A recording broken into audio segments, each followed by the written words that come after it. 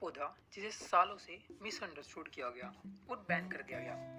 Cannabis को हम आम भाषा में भांग के नाम से जानते हैं। भांग सुनते ही सबसे पहले हमारे मन में जो आता है वो है नशा, जो ठीक भी है क्योंकि हमने बचपन से अब तक भांग के केवल इसी पहलू को देखा है। तो आइए समझते हैं भांग के इस पौधे के बारे में।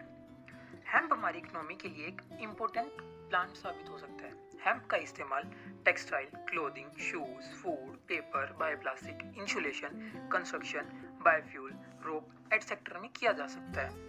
हेम्प ग्लोबल वार्मिंग को कम करने में क्रूशियल रोल निभा सकता है।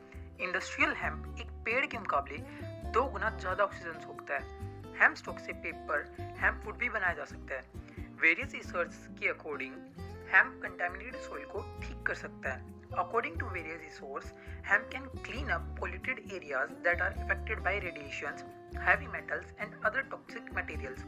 Industrial hemp टेक्सटाइल इंडस्ट्री में एक बड़ा कंट्रीब्यूटर बन सकता है। टेक्सटाइल इंडस्ट्री जो कि एक वाटर इंटेंसिव इंडस्ट्री है। अकॉर्डिंग टू एस्टिमेट, एक कॉटन टी शर्ट को प्रोड्यूस, कल्टीवेट और ट्रांसपोर्ट करने में 2650 लीटर पानी का इस्तेमाल होता है। इतना पानी एक एवरेज इंडियन के 20 दिन के वाटर कंजम्पशन के बराबर है। हेम्प फैब्रिक को इस्तेमाल करने से इसको 40% तक कम किया जा सकता है। अथर्ववेद में कैनबिस या हेम्प को 5 सेक्रेड प्लांट में से एक कहा गया है। कैनबिस का फ्लावर से लेकर जड़ तक हर एक हिस्सा उपयोग में आ सकता है। इतने सारे बेनिफिट्स होने के बाद भी हेम्प को बैन कर दिया गया। हेम्प जो आपको रोड साइड में चलते चलते आराम से दिख जाएगा, उसकी कल्टीवेशन पर बैन लगा हुआ है। हेम्प के बैन होने के तार जाके जुड़ते हैं यूएसए से। 1960 के दशक में अमेरिका ने कैनबिस को बैन करने के लिए कैंपेन चलाया और 1961 में यूएन ने कैनबिस को substance to be highly regulated by the signatory state की लिस्ट में डाल दिया गया। कैनबिस को बैन करने के पीछे का कारण इसमें पाए जाने वाला नशीला सब्सटेंस टीएचसी को बताया गया। टीएचसी टेट्राहाइड्रोकैनाबिनोल की मात्रा 0.3 से ज़्यादा होती है, तो ये पौधे को नशीला बनाता है। हालांकि इसके अलावा एक रीजन यह भी बताया गया कि हेम्प क्योंकि हार्श कंडीशन में आराम से उग सकता है और इसे कल्टीवेट करना बहुत इजी है, इसीलिए हेम्प से बने प्रोडक्ट को हाईली मार्जिन पे, हाईली प्राइसेस पे बेच पाना मुश्किल था और बिजनेस इससे एक्स्ट्रा रेवेन्यू नहीं बना पा रहे थे।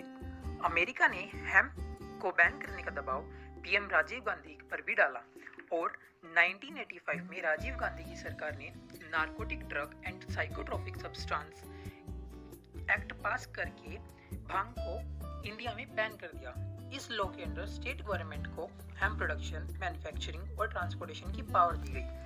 अगर कोई हेम्प से रिलेटेड ट्रेड करना चाहता है तो उसे स्टेट गवर्नमेंट से परमिशन लेनी होगी। अगर कोई इसका इलीगल ट्रेड करता पाया गया तो उस पर 10 साल की जेल या 1 लाख का जुर्माना या दोनों लगाने का प्रावधान बनाया गया। हालांकि 2008 के बाद उत्तराखंड सरकार ने इसके फायदे और जागरूकता अभियानों के चलते इंडियन इंडस्ट्रियल हेम्प एसोसिएशन को इंडस्ट्रियल हेम्प की कल्टीवेशन और प्रोडक्शन की परमिशन दे दी।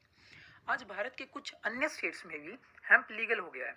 भारत के अलावा बहुत सारे देशों में भी हेम्प को लीगलाइज कर दिया गया है।